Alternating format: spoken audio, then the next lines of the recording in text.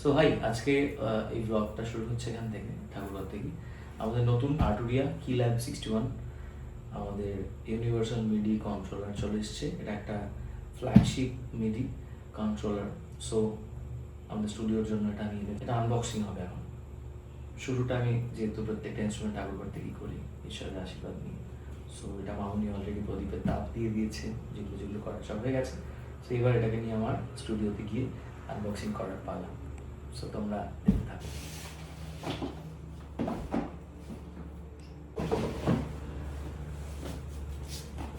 So here is the Keylab.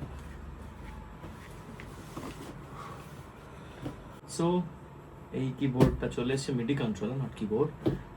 Keyboard হিসেবে যদি তোমরা ধরো তাহলে আমার কাছে এই মুহূর্তে ফ্ল্যাগশিপ যা মোটামুটি আমার ফ্ল্যাগশিপ কিবোর্ড মন্টা জেন 6, নর্ডের ফ্ল্যাগশিপ কিবোর্ড নর্ড স্টেজ 4, ইয়ামার একটা ফ্ল্যাগশিপ পিয়ানো, ডিজিটাল পিয়ানো, সেটা আমার কাছে রয়েছে। সো এবার একটা মিডির দরকার ছিল, কারণ আমি এই কিবোর্ডটা মিডি ইউজ করছিলাম। এই কিবোর্ডটায় আমার কিছু ইস্যুস হচ্ছে, কারণ তার এর যে টাচ সেন্সিটিভিটি আর ঠিক মন মতো হচ্ছে না। এটা হচ্ছে ইয়ামাহার PSR E473। আমার যখন বাড়ি পড়ে গেছিলো, বাড়ি পড়ার দুদিন পরে তোমাদের মনে আছে একটা নতুন কিবোর্ড আনা হয়েছিল, যেটা আমি বাগানে বসে আনবক্স করেছিলাম।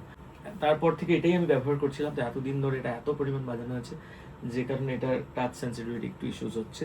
তো আজকে এই কিল্যাব 61 আমরা নিয়ে এসেছি আর্টুরিয়ার। এটা একটা ফ্ল্যাগশিপ মিডি, মানে মিডি তো আমরা মোটামুটি 10-12 হাজার 15 হাজারও পেয়ে যাই, but this one is expensive একটা মিডি, যেটা আমাকে আমার বন্ধু গিফট করেছে। সো তোমরা দেখো, দেখতে থাকো আনবক্সটা। সো ফার্স্ট অফ অল এখানে একটা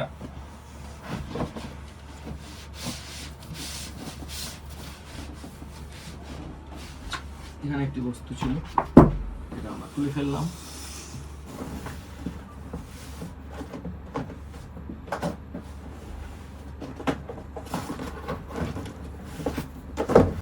So finally now time for unboxing this one.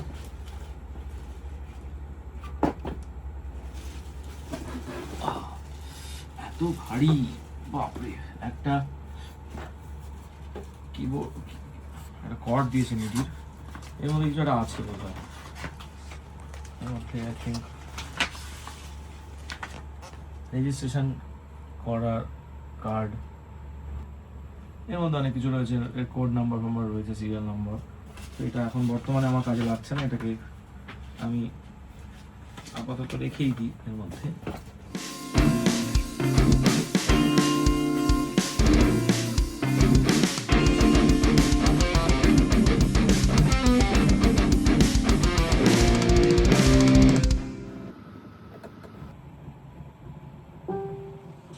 Anytime better, nor or montage.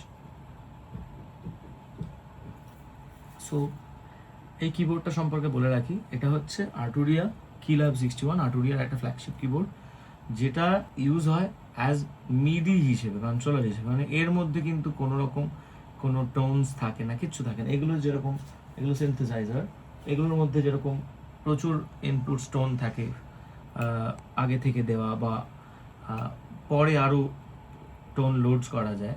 So এটার মধ্যে কিন্তু তেমন কিছু থাকে না। এটা জাস্ট একটা ভেতরটা পুরো ন্যাকেট থাকে, এর মধ্যে শুধু আমরা আউটপুট ইনপুট করা যায় এর সিগন্যালটাকে নেওয়ার জন্য।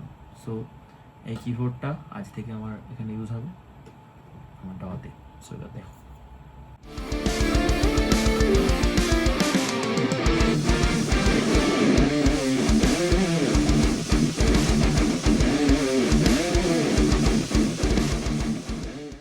আপাতত এখানেই প্লেসমেন্ট করি,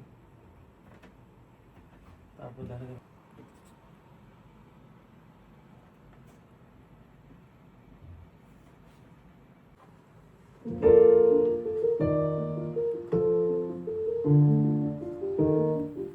আর্টুরিয়ার এই মিডি কন্ট্রোলারটা বলতে পারো আমার উইশ লিস্টের একটা ইনস্ট্রুমেন্ট। আর্টুরিয়ার এটা ফ্ল্যাগশিপ একটা মডেল। এই কিবোর্ডটা বা এই মিডিটা আমি এবার থেকে ইউজ করব আমার পিয়ানো বাজানো বা আমার স্টুডিওতে বেসিক প্রোগ্রামিং, বেসিক অ্যারেঞ্জমেন্টস যেগুলো করা হয় সেগুলো পারপাস। কারণ আগের যে কিবোর্ডটা মিডি হিসেবে ইউজ করা হতো সেটা একটু প্রবলেম হয়েছে। সো দেখা যাক এটা কেমন হয়, তোমরাও ভিডিওটা দেখে জানিও কেমন লেগেছে।